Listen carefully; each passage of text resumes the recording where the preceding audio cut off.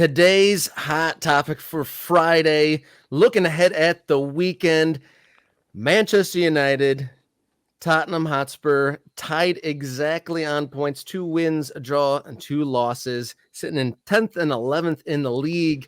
Who needs a win more here? I think it's probably United, just to give away the game right at the top. Like, I could drag this out. I don't know. United's got this going on. Spurs have this going on. I think it's probably United. I think there's still a question as to whether or not Spurs is a good soccer team right now. I was reading yesterday a piece by an acquaintance, Kim McCauley, and she's a Spurs fan, and she was writing that very question. She was using that clip from I'm trying to remember who was it. I should have had this prepared. This is terrible, Jason. Good job. But basically the question is, or the Gennaro Gattuso. Do you remember when Gennaro Gattuso was in front of the media while he was coaching a team and he said, Sometimes may be good, sometimes maybe shit. That is Spurs, right? They are, and I'm stealing from Kim because that's what she said. Sometimes maybe good, sometimes maybe shit. And a lot of that has to do with the way that Ange sets his team up. They are a kamikaze, all or nothing. It feels like they're riding the edge, like they're riding a bolt of lightning, through a hurricane. And if they succeed, wow. If they don't, it's going to be disastrous. That feels like everything, and I can't imagine putting Spurs fans through this after just with their history and everything that they've kind of been. Are they going to be a big club? Are they not? You got to win trophies to be a big club, but they got all this money and they can push their weight around, but they're not in the elite club. They make a Champions League final, which felt like an impossibility at one point in their history. But of course they didn't win it, and now here we are, 6 years later, and what are they? I'm sure it's difficult to wrap your head around if you're a Spurs fan. Like, what are we? Tons of history, but the history is debatable. There's a history of coming close, but not quite getting there. And I think that a big question is, like, Postecoglou came in, guns a-blazing, who's a sensation, great with the media. Like you said, he's great to listen to, got great results. But really, in the calendar year of 2024, only a couple big results. I think the last result against a quote unquote really good or top team was a win back in March against Aston Villa. Like, a win against Manchester United would be a statement win for them for sure. And I don't know. I don't know that it would, and that says a lot about where United is right now, doesn't it? No doubt, no doubt. I mean, they're at the same level.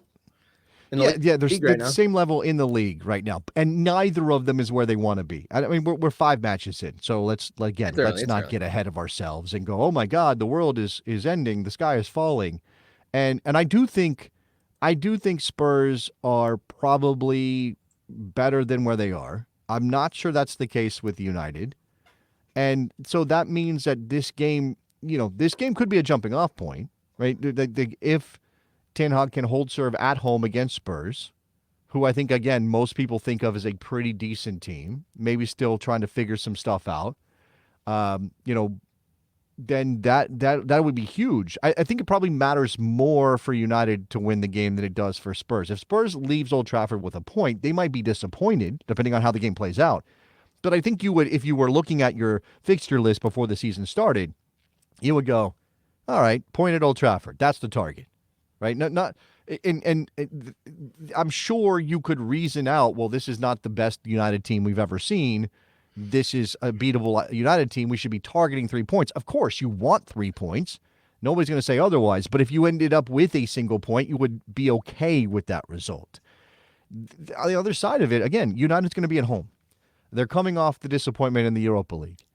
They that goal, oh my goodness. Man. The goal that they gave up, if I was a United fan, I would have no hair left on the top of my head, I don't think. Yeah, I think that is emblematic of sort of who United is right now.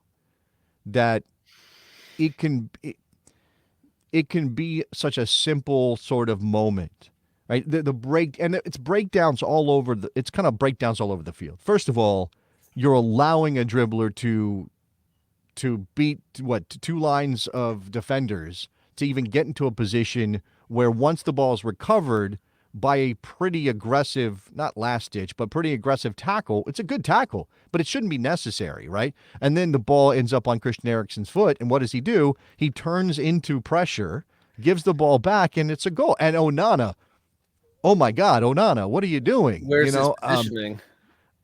And all of those are just like, those are four different things. Well, a bunch of defenders get beat, or a bunch of players in defensive positions get beat. Then Eriksen, who you would normally trust on the ball, makes a mistake, gives the ball away, and then Onana is nowhere near where he should be in order to cut off the near post and force a very good shot to beat him far post.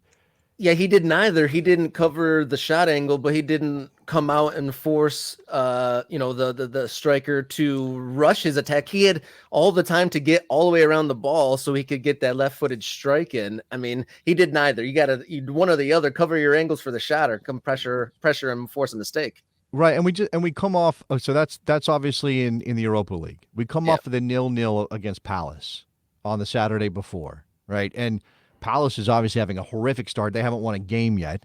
And you have Lisandro Martinez in the news because he could have chopped somebody's feet off with that double-footed stop. No, that was wild. I'm okay with that not being a red card, by the way. I get why that's not a red card, but it certainly is. Again, I don't know that I like blowing up one moment into everything's wrong at United, but there have been so many of those one moments that kind of feel like everything's wrong at United that it's hard to ignore it. So, yeah, I think it matters. I think if we ask this question, who needs it more, it's United. It absolutely isn't United, because I trust more that Spurs are a decent team, that Ange is going to get things right as they progress. And if you look at underlying numbers, if you look at expected goals conceded, those kind of things, Spurs is a better team than United across the board. Both of these teams putting their fans in such an awkward position. Like we said, Spurs, on the cusp of something, but haven't gotten going. And then United, they're always like game to game. It's either like, we're back or the sky is falling. And I know. And then there's a lot of United supporters in my area where I live. I'm unfortunately friends with a lot of United guys, and they're always saying, fire Ten Hag as soon as like a bad thing happens. But it just accelerates the coach needs to be stable.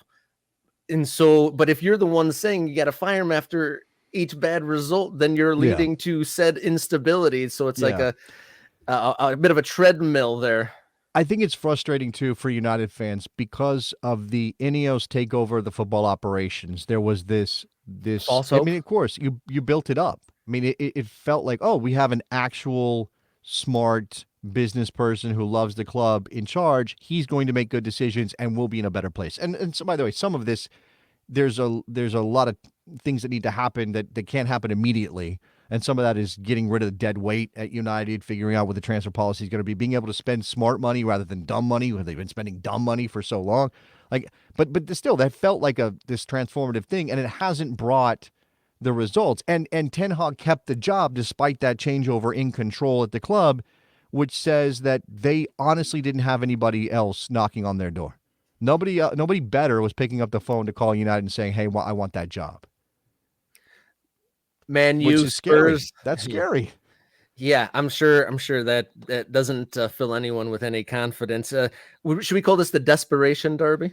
It's pretty. Yeah. Again, I feel weird saying that Spurs is desperate, but I think I think yes, there's something to that, because neither of them is where they want to be. It has to kind of feel desperate. I think that's that topic well and thoroughly discussed. Man United host Tottenham midday on Sunday.